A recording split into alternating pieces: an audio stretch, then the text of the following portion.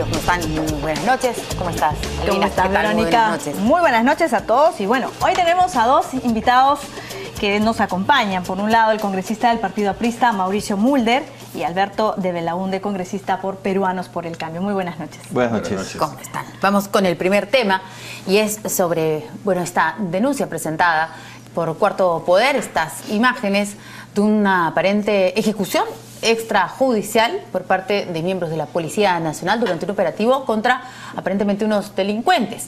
Esto fue lo que se reveló a través de un video grabado por el celular de un ciudadano colombiano que ahora ya no está en nuestro país debido a una serie de amenazas y que, bueno, pertenece a una organización precisamente que defiende los derechos humanos. Se le consultó al presidente de la República. Estas imágenes pertenecen a febrero del 2015. Vamos a escuchar qué fue lo que dijo PPK y luego conversamos aquí con nuestros invitados.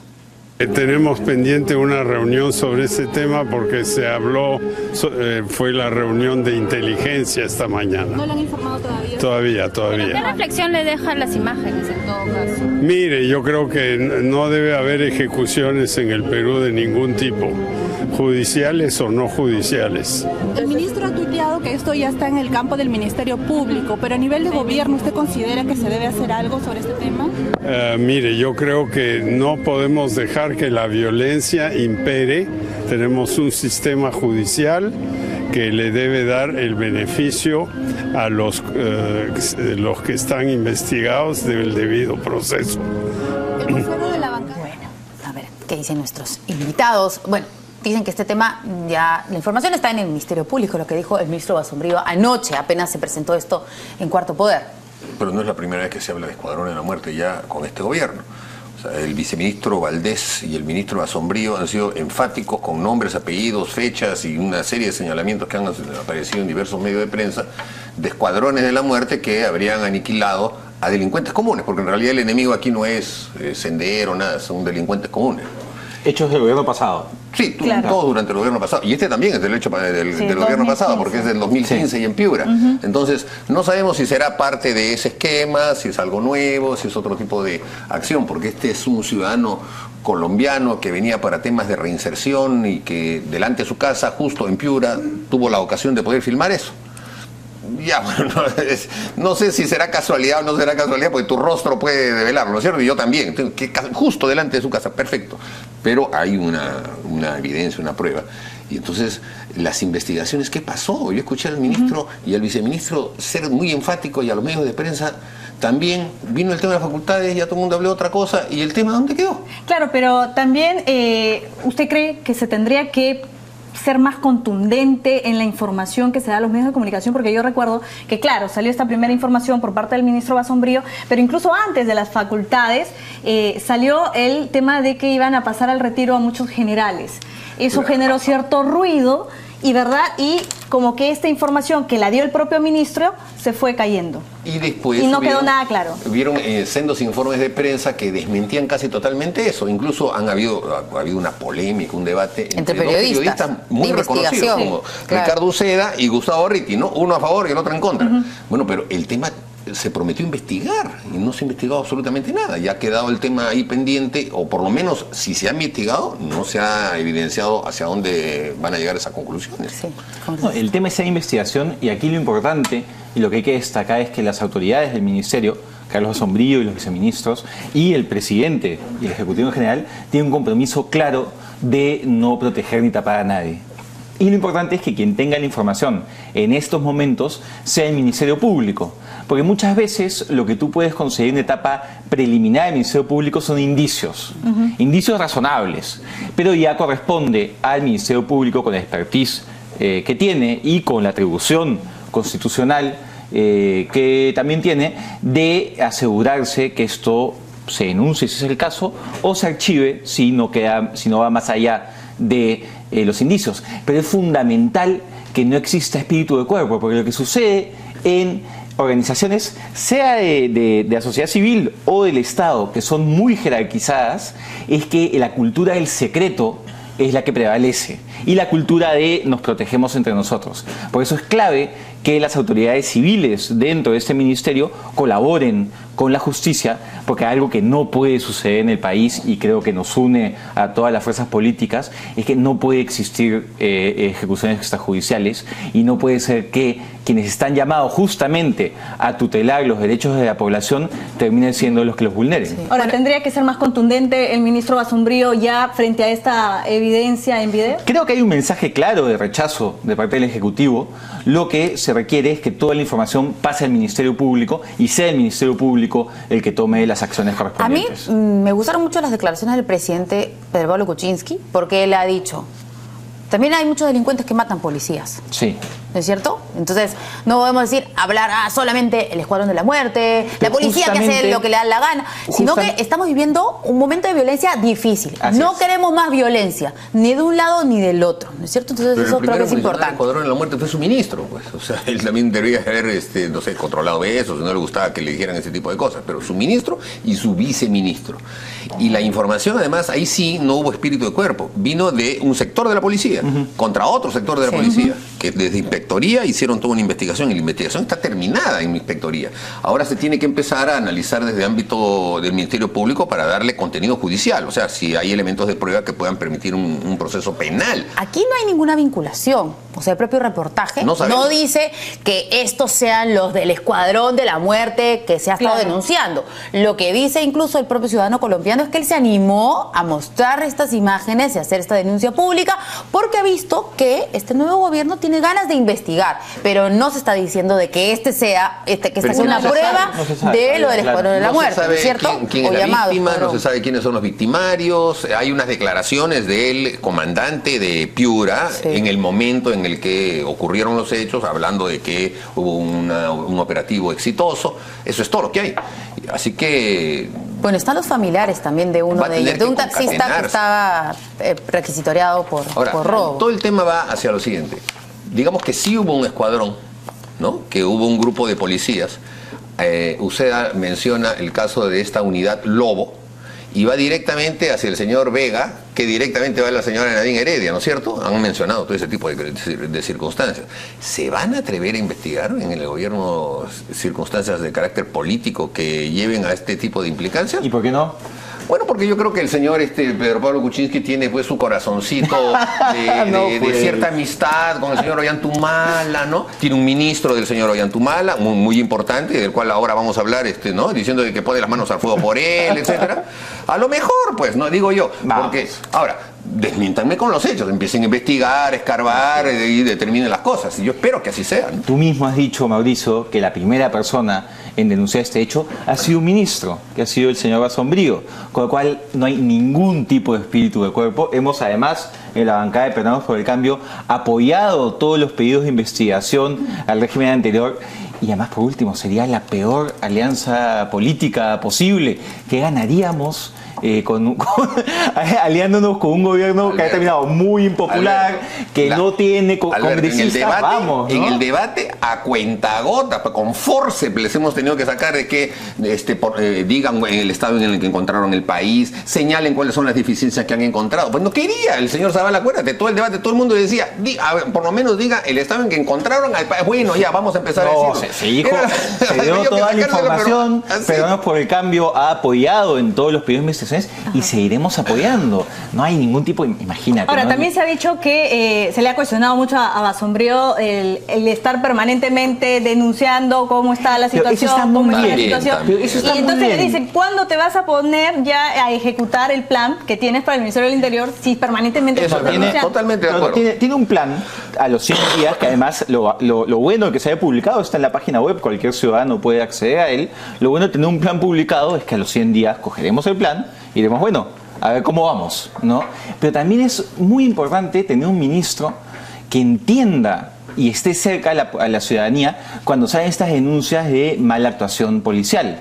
Porque peor sería tener un ministro que haga espíritu de cuerpo y que defienda por defender estas situaciones cuando lo que quiere la ciudadanía, y para eso ha votado, son cambios de raíz, cambios institucionales. Una policía, como policía que tiene Chile, como policía que ha empezado a tener Colombia, claro, una policía respetable. Y eso es lo que queremos todos. Claro, pero con información que no se vaya cayendo en el camino, ¿no? Porque primero él salió a decir de que serían más o menos 98 policías investigados.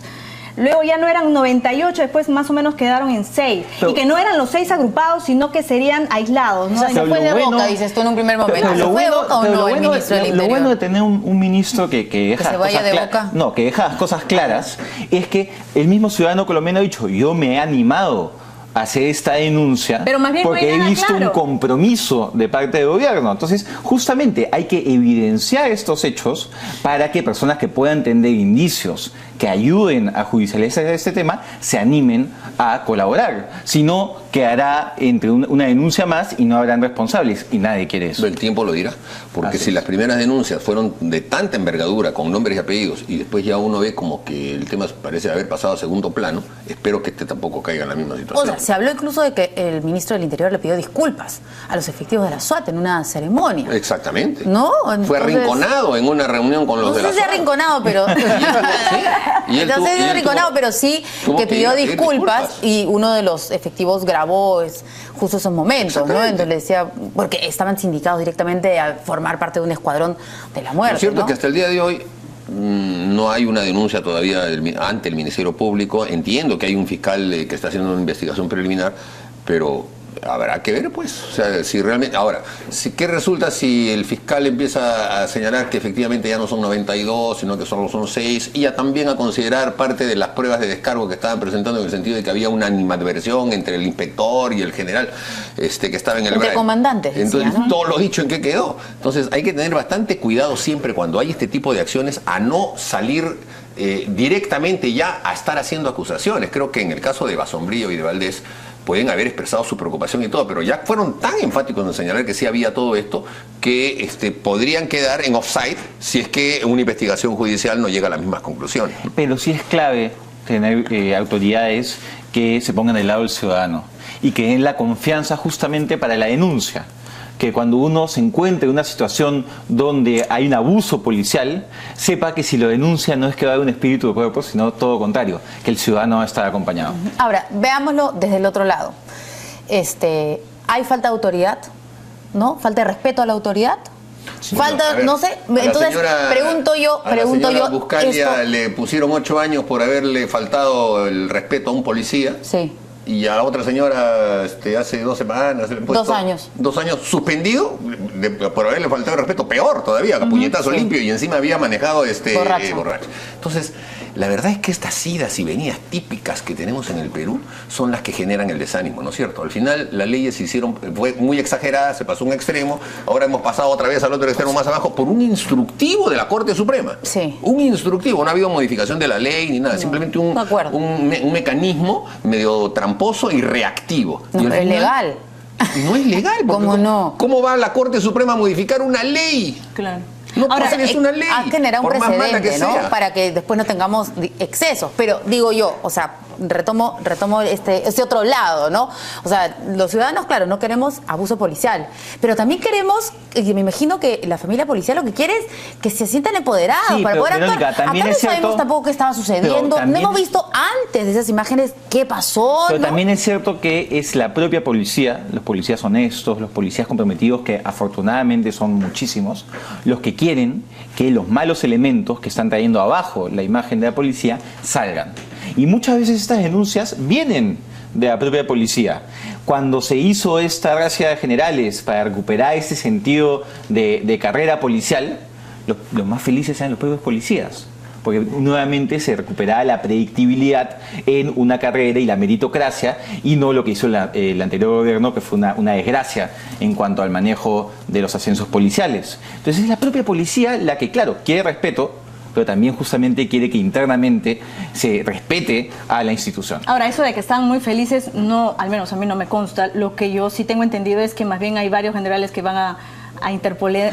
Evidentemente los directamente afectados deben estar, los directamente afectados deben estar muy molestos, pero dentro de la institución el recuperar un sentido de orden y un sentido meritocrático ha generado muy buen impacto. ¿Y cuándo van a ser pensionables los bonos que estaba prometiendo Pedro Pablo Kuczynski a la policía? No tengo muy claro el cronograma, pero es un compromiso que se va a cumplir sin duda. De todas maneras, Sí, porque claro. también estaba escuchando que las Fuerzas Armadas están esperando que para septiembre se anunció un incremento. No tengo muy claro el cronograma, pero los compromisos de campaña se cumplen sin lugar a dudas. Ahora, ya que hablábamos de la ley de flagrancia, ¿se puede hacer algo, se piensa hacer algo con relación a esta ley? La vez pasada conversaba con la defensora legal de la policía, ella señalaba que solo este año van como 600 casos. Bueno, Entonces, pero la ley de flagrancia no está mal, es No una está ley mal. que obliga a una sanción inmediata, en vez de que los juicios duren meses o años, Claro. en una semana, si es que, por ejemplo, hay mecanismos de terminación anticipada, como son, por ejemplo, la confesión sincera, la colaboración del acusado o una prueba contundente, ¿por qué esperar? De frente hay que fallar. O sea, esa parte no es mala. Lo que fue malo fue quizá el exceso de la norma del Código Penal que establecía una pena demasiado alta para un tema de impedir que un policía hiciera su trabajo. La ausencia de gradualidad. Nada más. ¿No? Ese es el tema. Pero la flagrancia a mí me parece muy ese bien. tema, ese punto, segundo, ¿se debería modificar? ¿Se Deberían hacer, establecerse graduaciones, como dice Alberto. O sea, graduaciones, porque no es lo mismo una persona que se enfrenta con una pistola a un policía que una persona que está haciendo una resistencia.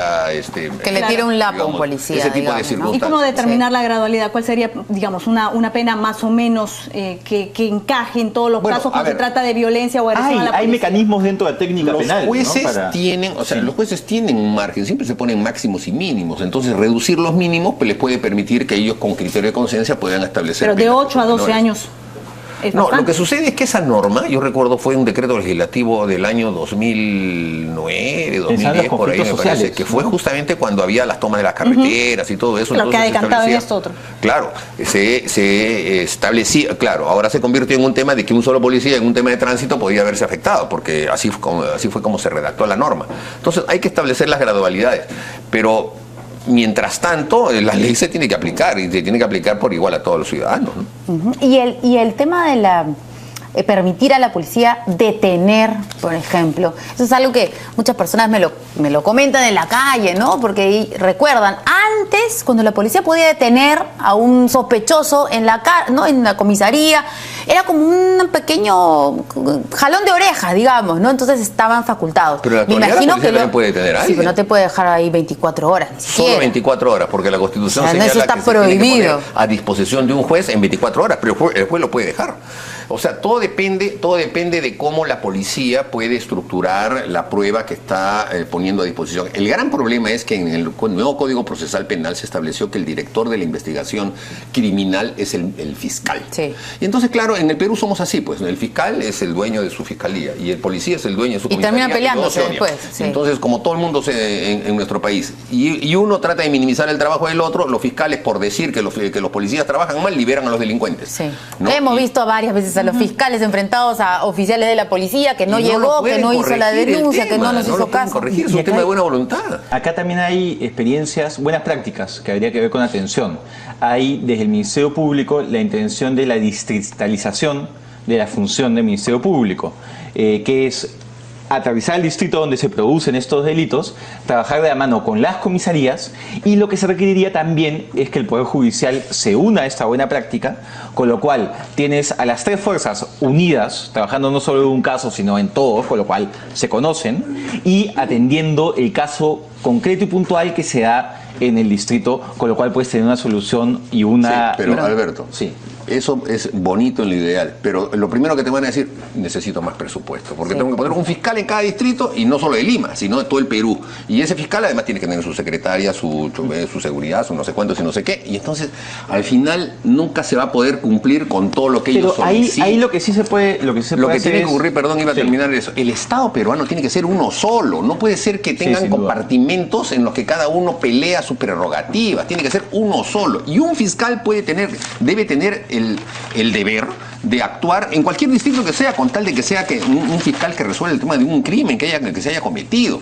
Porque si tú pones después uno por distrito, el que está en Miraflores y al frente de San Isidro, ahí matan a alguien, no es mi problema. No, lo que tienes que hacer como sucede con los alcaldes. Lo que tienes que hacer es enfocar en los distritos donde hay mayor incidencia delictiva y donde esto puede generar un cambio. Entonces es una experiencia piloto interesante hacer estudiar y a la cual se pueden aprender lecciones que incluso si no distritalizas, te enseñas cómo puede mejorar lo que dice Mauricio, que es cierto, que es la coordinación necesaria, porque finalmente es solo un Estado, ¿no? Sí. Ahora, hay otra parte también que hoy día se ha visto en el Ministerio del Interior y son las modificaciones. Los proyectos que se vienen anunciando por el tema de la delegación de facultades, y se mencionan algunos, por ejemplo, como dotar de nuevos roles a los viceministerios, en este caso del Interior y de Orden Interno. Se ha dado un adelanto de estos nuevos roles, ¿verdad? Que el viceministerio, por ejemplo, del Interior estaría a cargo de la seguridad ciudadana y de la prevención, mientras que el de Orden Interno estaría a cargo de la lucha contra el crimen organizado. Sí, pero eso es burocracia, eso no sirve para nada. Lo que se necesita es lo que le interesa al ciudadano peruano. Y sí han presentado proyectos que dicen que van a mejorar la coordinación entre las comisarías, que van a mejorar la coordinación entre el policía que está patrullando y su base. O sea, eso sí es bien importante, porque si un ciudadano ve que se está cometiendo un crimen callejero, va a poder, digamos, hacer que rápidamente se conecte a través de una central telefónica a la comisaría y va a haber una reacción rápida con el patrullero que esté en las inmediaciones. Eso sí va a ser efectivo. Ahora, el patrullero cuando llegue a una escena de crimen, también tiene que el policía ser una autoridad. Y no puede ser una persona menoscabada, disminuida, que no tenga ninguna autoridad y al que todo el mundo le falte el respeto. Entonces, tiene que haber una ley que proteja jurídicamente la acción de la policía.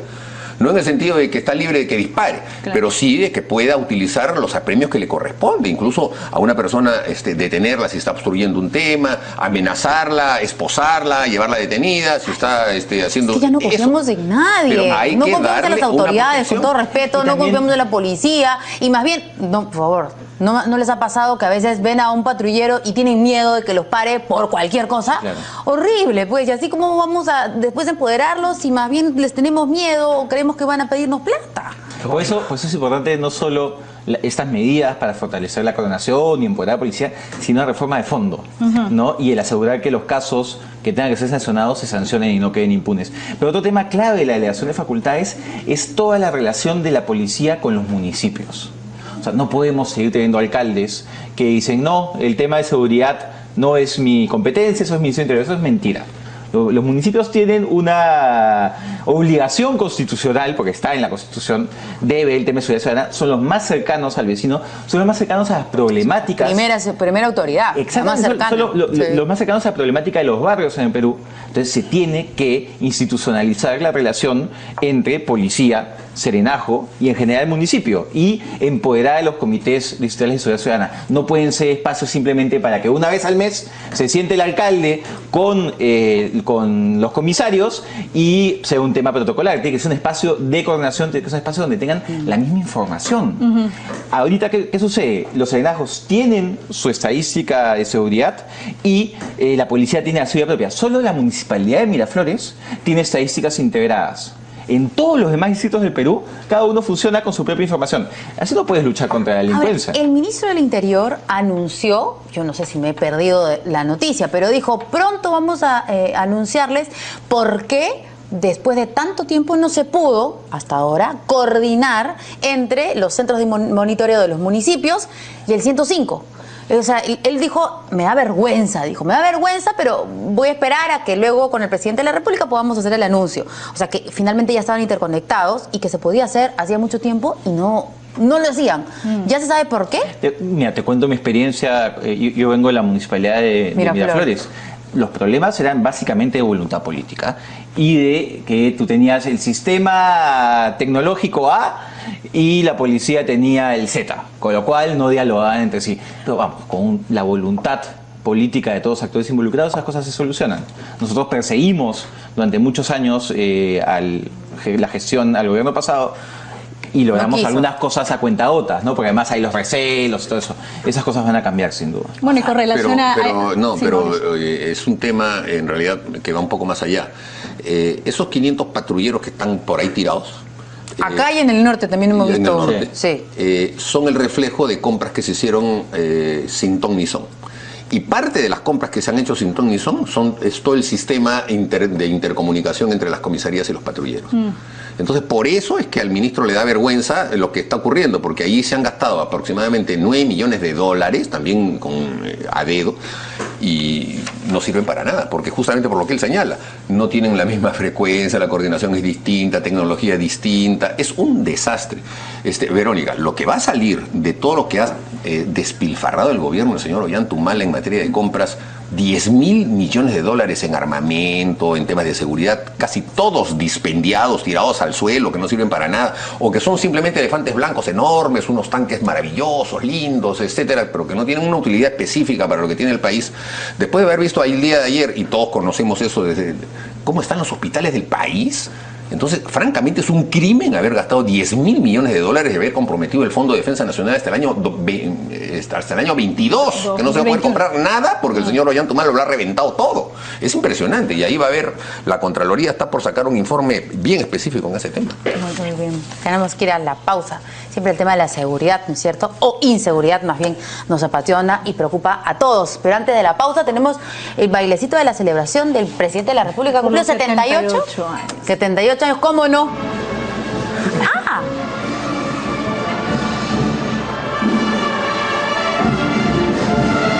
Ya está agarrando, ya está tomando el... Oye, pero este es marinero, ¿o me parece? O sea, ¿la música es marinera? Es marinera. ¿Y qué está haciendo? ¿Bailando vals? Ya, está bien, lo que sé, es Es su cumpleaños, vamos, uno puede tomar esas licencias. Qué buena. Hay una foto linda, además, de una niña dándole un beso en la nariz. Lo vi, sí, ha sido tendencia esa fotografía. Una bailadita. Ahí, mira. Un saltito. Mira la cara de tu mujer. ¿Estás seguro, chino? ¿Ahorita? ¿De verdad? Y ahí los cercanos ya aplauden. Ella tiene más ritmo, ¿no? Sí, ella sí. Se defiende más. Los economistas no suelen tener muy buen swing. Pero ella es economista también. Y a Fortunato, el que sabe que le han robado en su casa anteayer, ¿no? Al que se fue acompañando el presidente a China. En el departamento. Sí, y también le robaron. Ah, muy bien, qué divertido. Sí, pero vamos a buscar la fotito también. Sí, Parecía es una niña conmovedora. besando al abuelito. Sí, ¿no? tal cual. Bueno, ¿él tiene nietos, el presidente? Sí, estuvieron en la juramentación de los ministros. Sí, ¿no? Uno se quedó seco porque tenía creo que 4 años. Me vuelvo. Sí, muy Mi hijo los simpático. patearía a todos. Aburrido. Vamos a la pausa y cuando regresemos, bueno, ha hablado el presidente sobre acá el congresista Mauricio Mulder, que hace rato Su que lo ministro tenía. favorito. Acá el ministro de ahí Educación, viene, ya ahora viene. son varios los que quieren que se vaya. El ministro ha dicho que no tiene sentido eso. Volvemos con eso.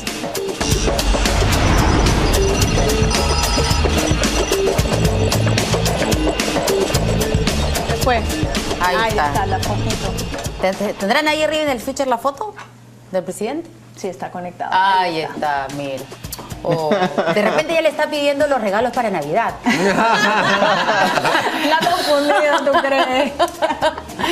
No No, es el presidente, no Papá Noel. Linda foto. Yo creo que Tierna, esa muy cercanía, esa calidez, la gente lo aprecia mucho, ¿no? ¿Cómo no? Pues me puedo burlar un ratito. Sí, pero es su cumpleaños, ojo, bueno, ¿no? Y no importa, la torta en la cara te tira también por Está tu bien. santo, está bien. Bueno, seguimos con el presidente de la República. Le preguntaron, cómo no, sobre todo lo que estamos viviendo ante la cercanía de los Juegos Panamericanos. Acá el congresista Alberto de Belaunte dice que todo está en sus tiempos. Nosotros estamos un poco estresados porque faltan solamente 3 años, ya la puntería va hacia el ministro de Educación, que ha hecho, ¿no es cierto? Él era el encargado. Vamos a escuchar al presidente de la República y luego aquí comentamos. Podrían presentar una interpelación contra el ministro de Educación, al ministro Saavedra, por los cuestionamientos al tema de los Panamericanos. No, yo creo que eso no tiene ni pies ni cabeza. Estamos trabajando.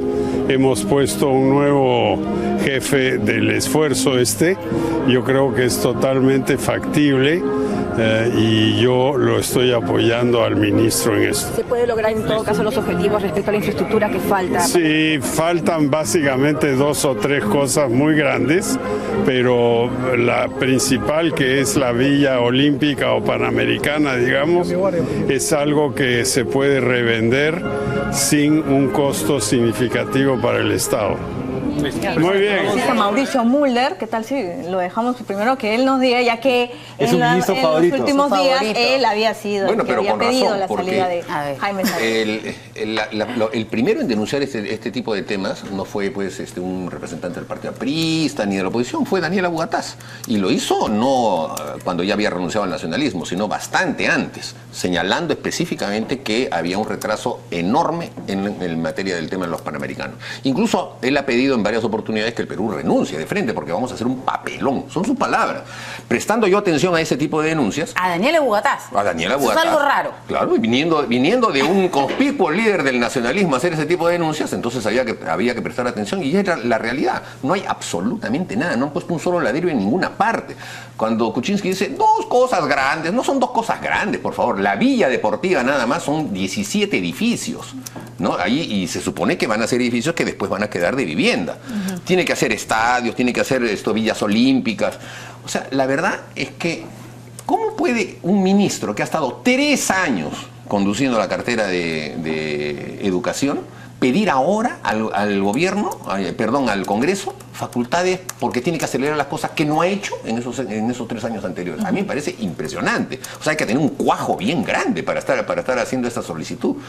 Y sobre todo ahora, que como ya el plazo apremia, entonces van a acelerar los trámites, porque eso es lo que dice el pedido, ¿no? Para acelerar los trámites, destrabar el tema municipal y el tema de las contrataciones. O sea, lo que se debió haber hecho con licitaciones, con seguimiento de la Contraloría, etcétera, ahora lo van a hacer al calor de un decreto legislativo protegido por el Congreso, a locas y primeras con designaciones a dedo, porque ya no van a poder hacer proceso de licitación, no les da el tiempo, son demasiado grandes las obras. ¿Se sabe de dónde va a salir ese dinero? ¿Del Tesoro Público? No sé, pero ¿de qué rubro? Sí, está. Del sector de educación, eso está asignado al IPD, y la plata se la han gastado en hacer consultorías y después a otra consultoría más por allá, y en contrataciones de personal y en publicidad. La gran parte de la publicidad del gobierno del señor Ollantumala al fin de su mandato vino de esa partida.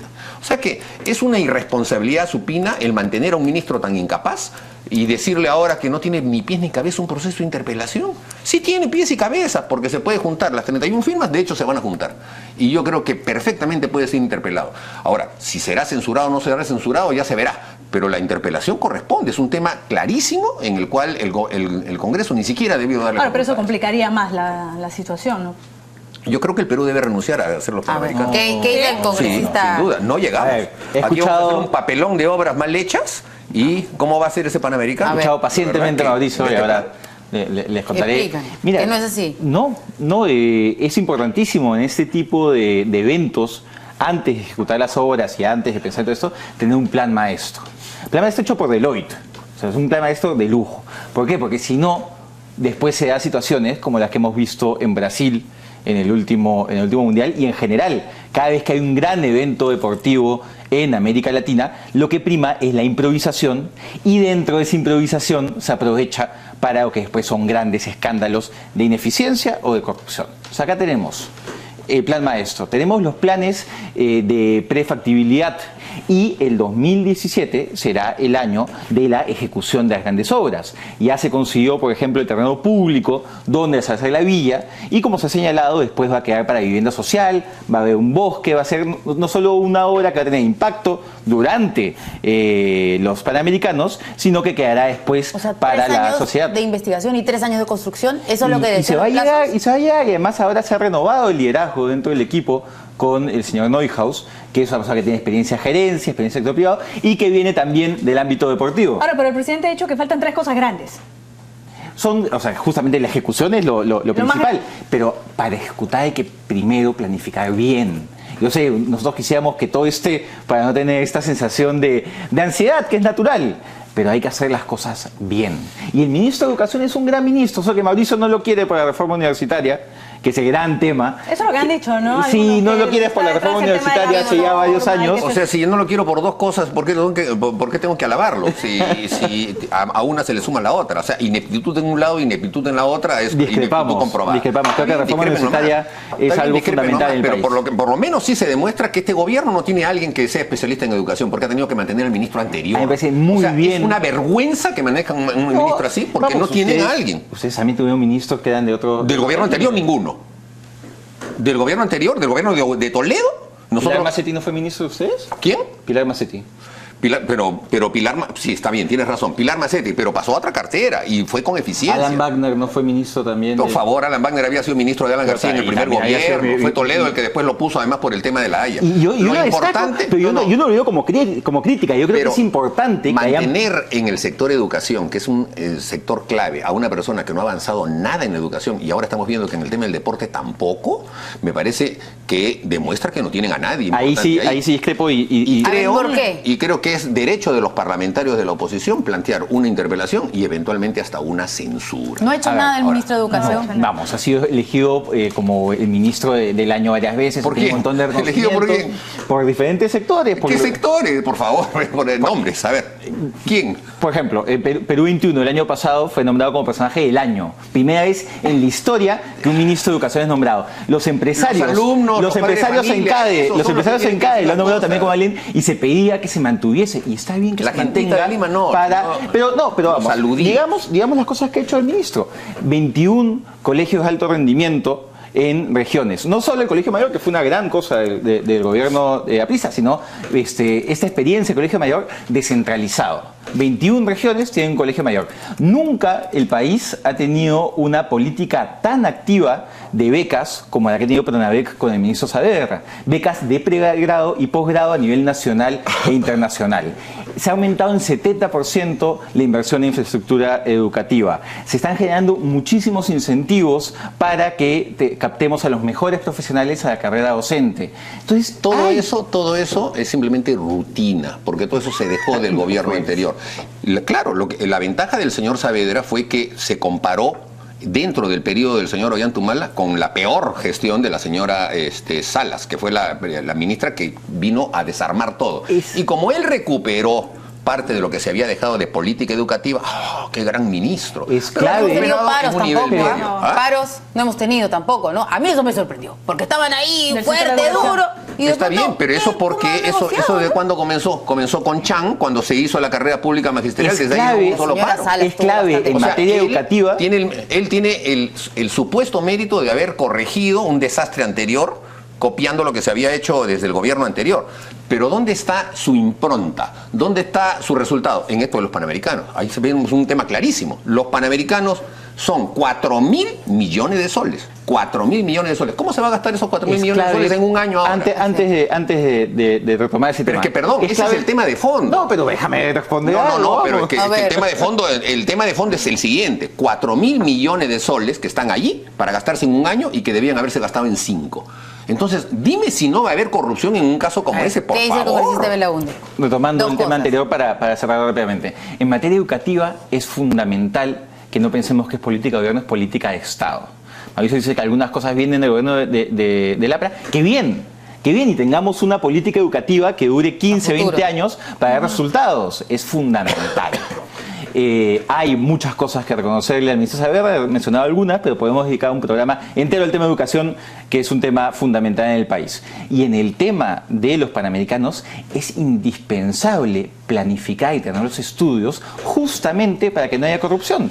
Y todo este proceso será acompañado por la Contraloría y evidentemente también por el Congreso, que fiscalizará el detalle como tiene que ser, porque es una función constitucional y es lo que la ciudadanía espera de nosotros. O sea, no hay un retraso. No, yo creo que estamos dentro del cronograma y vamos a ver... en que están dentro del cronograma, que vamos a llegar. En 2019 me voy a tomar un selfie con Mauricio desde la inauguración de los Panamericanos. Increíble, o sea, lo que se debió haber hecho en 5 años lo van a hacer en un año y lo van a hacer bien y sin que haya corrupción. Bueno, la verdad es que Tú eres nuevo en política, la ingenuidad es buena en política. La ingenuidad es buena en política. La buena fe. Habla con la experiencia. Ahí. Sí, la verdad es que yo en política he aprendido que más que ser ingenuo, piensa mal y acertarás.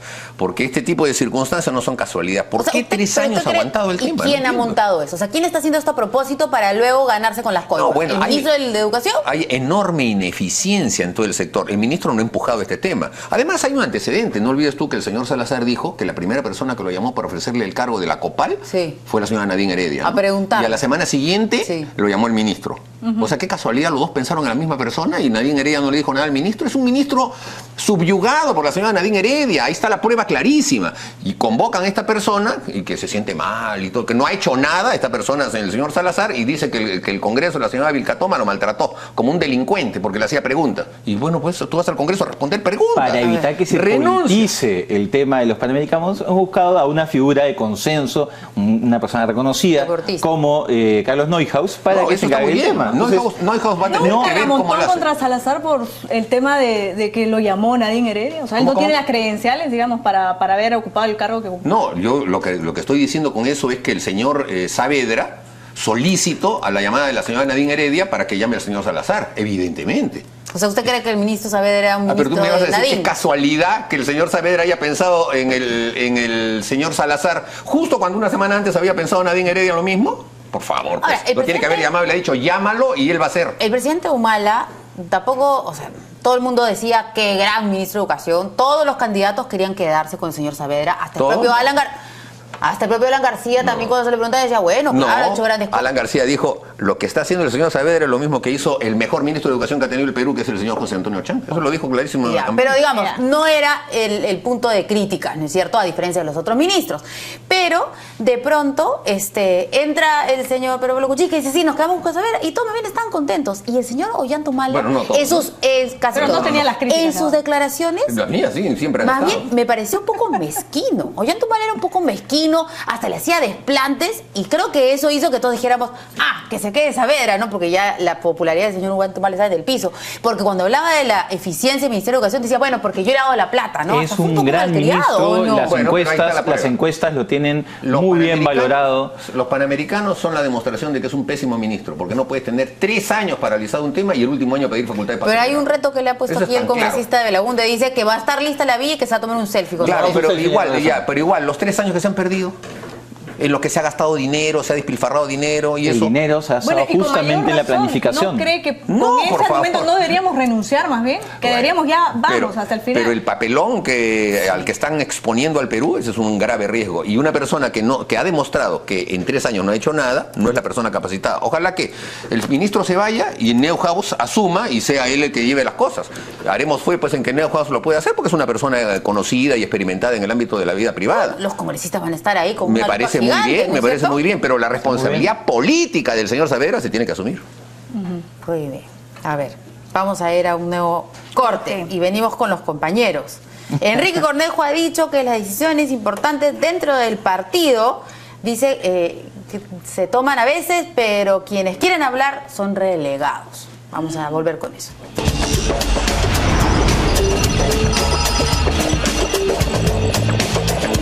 Bueno, el APRA, compañeros. Enrique Cornejo ha dado varias entrevistas este fin de semana y ha dicho varias cosas, ¿no? Entre otras, ha mostrado, ha dicho que hay antecedentes con relación a las elecciones, que él espera que no se posterguen nuevamente, que van a ser en noviembre. Y él ha dicho que hay antecedentes que generan dudas y que también hubo muchas ocasiones en que la votación de los compañeros ha sido cambiada y que hay un sector en el APRA que preferiría que se mantenga el statu quo, que no se mueva nada. Bueno, ha dicho más, ¿no? Ha hablado sobre su incomodidad, sobre algunos cobros que se les piensa de alguna manera implementar en los próximos días, aparentemente 5.000 soles para la Secretaría General, los candidatos, y 400 para delegados. Y son varios candidatos, ¿no? A ver, ¿qué nos explica el congresista Mauricio Mulder? ¿Cómo va el partido? Ustedes saben que los apristas no somos dados a querer siempre ventilar nuestra problemática interna hacia afuera, ni nos gusta estar lanzando acusaciones de comportamientos internos del partido, salvo pues que haya elementos claros y precisos. Si Enrique está diciendo de que hay indicios, de que hay irregularidades, que no se respetan las decisiones de los compañeros, que diga cuándo y dónde. o que hay un grupo de compañeros que toman las decisiones políticas. Bueno, en todo partido político hay un comité central, un comité ejecutivo nacional, una dirección política, un secretario general, que son los que toman las decisiones. Y obviamente las decisiones de línea política se consultan siempre con las bases, y para eso se hacen convenciones y se hacen congresos. Entonces, yo creo que lanzar este tipo de cosas lo que hace es mostrarlo como una persona quejosa, y él debería ser más bien un candidato que propugne un proceso de renovación, pero la renovación entendida como una nueva forma de hacer política. La crisis de la institucionalidad en el mundo, sobre todo en el ámbito de los partidos políticos, pasa porque la representatividad política está en entredicho, porque hay una revolución digital en el mundo que pone en entredicho casi todo lo que son instituciones grandes. Están en entredicho los grandes gobiernos, las grandes empresas, las grandes iglesias, y hay una rebelión ciudadana producida por esto. Dos celulares, todo el mundo tiene. Eso lleva a un acceso directo a fuentes de información que hace que la intermediación de la política sea cada vez más complicada. Entonces, ese tipo de propuestas son las que se deben escuchar y las que deben estar alrededor de un debate político, no estas cosas que me parecen. Ahora, en lo que sí estoy de acuerdo es eso de cobrar 5.000 soles para candidatos. Después yo le quería preguntar de ello, pero para redondear la idea.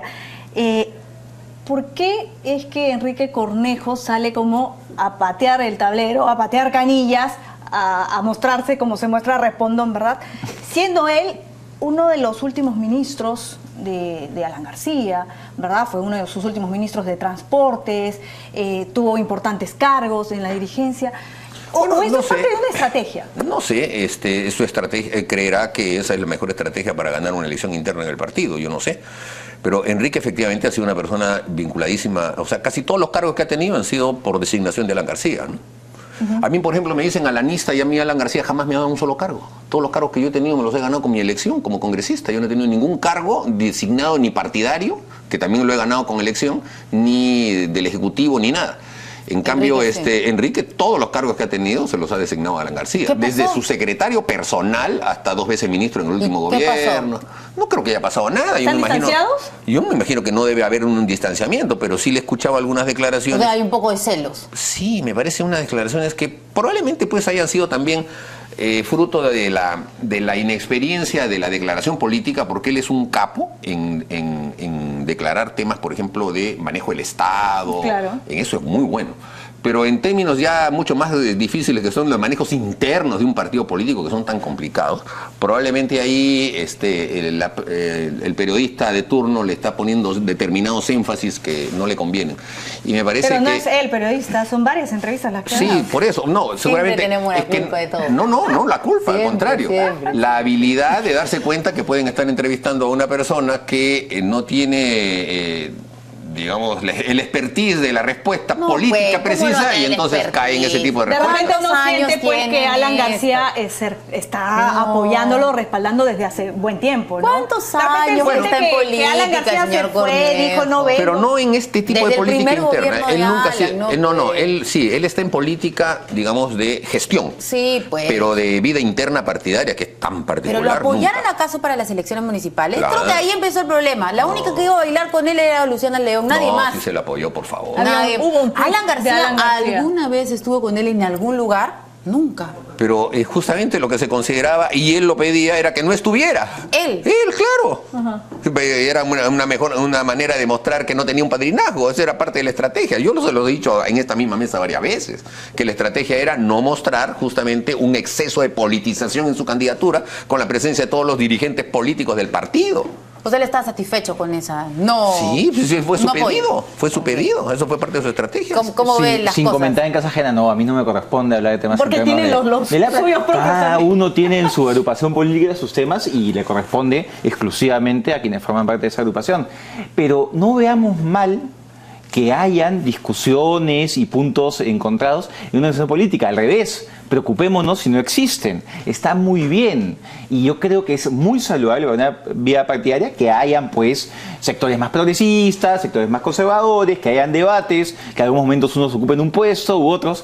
Pero sí hay este interés en los medios de comunicación que es muy divertido, pero es divertido, lo veo súper saludable, de buscar cualquier tipo de diferencia inmediatamente considerar, acá hay una división irreconciliable. Congresista, no me va a decir que no le preocupan los desencuentros que hay en su partido. O sea, Vieira, Lombardi... A mí me gustaría, que me encantaría... Decía, ¿no? Permítame terminar la idea. Sí. Que siempre cuando uno le preguntaba a uno de los por el cambio, decía, no, es parte de la democracia, estos desencuentros. Claro, tan democráticos son que ahora van a crear un código de disciplina. No va a haber un código de disciplina. Lo que va a haber es un código interno, como existe, un reglamento interno, como existe en varias bancadas, para ver temas prácticos de la bancada. A mí me encantaría poder meter una cámara a las reuniones de la bancada, no lo voy a hacer, pero para que vean el clima en el cual se realizan las reuniones, lo que pasa de es que lo acá más cordial. El congresista de la UND está recordando la caricatura, ¿no es cierto? Que hemos visto hace unos días, donde sale PPK en medio y por un lado teníamos a los Pepe Caviares, ¿no? Pepe Caviares con K, y hacia el otro lado teníamos a los Pepe Keikos. Usted estaba en los Pepe Caviares. Es mi primera caricatura política, con lo cual estoy muy divertido. Claro.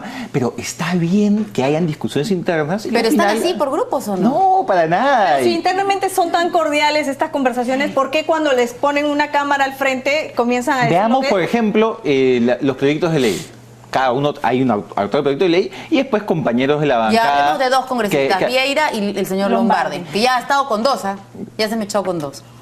Tienen con el señor Bruce y después con el señor Vieira. Tienen discusiones internas. Con Cheput también. Y con Cheput, ya van tres. Y está bien, y al final habrá votaciones, y las votaciones se ganarán, otros se perderán y se tomarán decisiones. Está muy bien. O sea, está muy bien decir, bueno, yo estoy más lejos, usted está más lejos de la bancada. Ahí es donde, o sea, están hablando directamente de que no están, tú estás más incómodo que yo. ¿Cómo va a ser eso? Entre los congresistas están peleando por eso. Está bien que hayan discusiones. Yo creería que hay discusiones que tienen ¿Debería ser público eso? No, hay discusiones que tienen que ser internas. Ahí creo que ha habido una equivocación. Pero vamos, preocupémonos cuando hayan organizaciones políticas donde no hayan discusiones, porque quiere decir entonces que no estamos ante una organización política, sino ante una secta. Ahora, sectas políticas no deben haber, ¿no? Yo lo que creo es que en realidad en el Partido Peruano por el Cambio... Yo tuve gesto. No voy a meterme. Lo que ha pasado es más bien que Guido ha estado un poco desatado porque se peleó con varios de adentro y también con nosotros. O sea, ha tenido un montón de peleas en menos de un mes de parlamentario y antes él... Yo he sido parlamentario con él en el periodo anterior al anterior. Y él nunca iba, era tranquilo, era suave ahí cuando estaba. Ahora, en 20 días se ha peleado con Tutti Limondi. Me parece que más bien a Guido habría que un poquito... No, pero Guido, por ejemplo, en la bancada para mí es una persona fundamental. Y yo que soy nuevo, además me ayuda muchísimo tener a alguien en la bancada con experiencia que nos enseñe un poco, igual que Carlos Cruz y Vicente Ceballos, ¿no? Que son personas que ya tienen experiencia en el Parlamento y que creo una bancada joven con muchas personas nuevas resulta siendo fundamental. Pero es cierto que el congresista Lombardi no era, digamos, el protagónico de polémicas, ¿no? A diferencia del congresista Mulder, que ya estamos, digamos, acostumbrados a sus exabruptos, Yala, pues, ¿no? Yala. De todas maneras. Pero de pronto el congresista Lombardi no. Bueno, cada uno tiene derecho a tener un estilo y a cambiarlo si quiere. Está bien. A propósito, congresista, ¿y qué es de Elías Rodríguez? ¿Cómo? ¿No está? Bueno, está Elías. ¿Dónde está? Lo mandé de vacaciones. Él ha remitido una carta a la Comisión de Ética para que se vea el tema de él y me parece que eso es un buen gesto y nada más, pues, o sea, estará pendiente de los temas. Él sí es una persona que ha tenido militancia desde muy chico en el partido. Yo lo he conocido aquí en Lima creo que tenía 15 años o 14 años. Ajá. Y después en Trujillo también, o sea, en términos partidarios, él buscó ser candidato a la Secretaría General, estas circunstancias políticas posponen su tema, pero es una persona joven. ¿Y cómo es esos rumores que vienen de dentro, incluso del Partido Aprista, que señalan que Jorge del Castillo habría filtrado todo ese tema del rumores, pues rumores, porque Jorge del Castillo está con Enrique Cornejo, lo apoya, entonces quería entubarse a Elías Rodríguez. No sé, bueno, rumores. Estaba creciendo el señor Elías Rodríguez, ha estado ya en el Congreso antes y nunca nadie lo había escuchado, de pronto empieza a salir y ¡pum! Se cae rápido, ¿no? Pero como te digo, es una persona de 42 años de edad y pucha, tiene un horizonte político muy grande, ¿no? No ahora. Muy bien. No en este momento, pero las cosas a veces se precipitan muy rápido en la política. Todo va a depender, por ejemplo, de distintas circunstancias. Las elecciones municipales y regionales del 2018 pueden también suponer que en el mismo partido haya cambios. Qué pena que nos queda 2 minutos, pero les pido, por favor, de todas maneras, sus comentarios sobre la victoria del no en Colombia. Antes de terminar, por favor. Una cosa que ha impactado mucho en el resultado es, el nivel de personas que no fueron a votar. cerca de 2/3 de la población, lo cual es impactante. Y segundo, la votación en las zonas más golpeadas por el conflicto. Por ejemplo, el Chacao, que es el Chocó, perdón, que está en la costa pacífico colombiana, donde la votación ha sido mayoritaria por el sí. Y normalmente las zonas que han sufrido y sufren el conflicto, la votación del sí es abrumadora. Pero en todo caso es una cosa soberana de Colombia. Lo que ha hecho el Estado peruano es saludar la vocación por la paz y acompañaremos al país en lo que sea necesario. Bueno, cuando aprobamos el viaje de Pedro Pablo Kuczynski a Colombia para este tema, yo expresé que quizá hubiese sido mejor que la Cancillería, Torre Tagle, le hubiese recomendado al presidente esperar el resultado del referéndum, porque nosotros hemos aprobado una moción, habíamos aprobado una semana antes, saludando al pueblo de Colombia, y al gobierno del pueblo de Colombia por haber firmado el tema de la FARC. Pero resulta que el pueblo de Colombia se ha pronunciado realmente en el proceso ayer, y ha dicho que no. Y esencialmente no creo que haya dicho no a la paz, sí a la guerra, como algunos han querido decir. Le está diciendo no a esa paz en donde le están dando ese tipo de términos a la FARC. No está de acuerdo. Y lo impresionante es que el presidente Santos no tenga lo que se está llamando allá el plan B.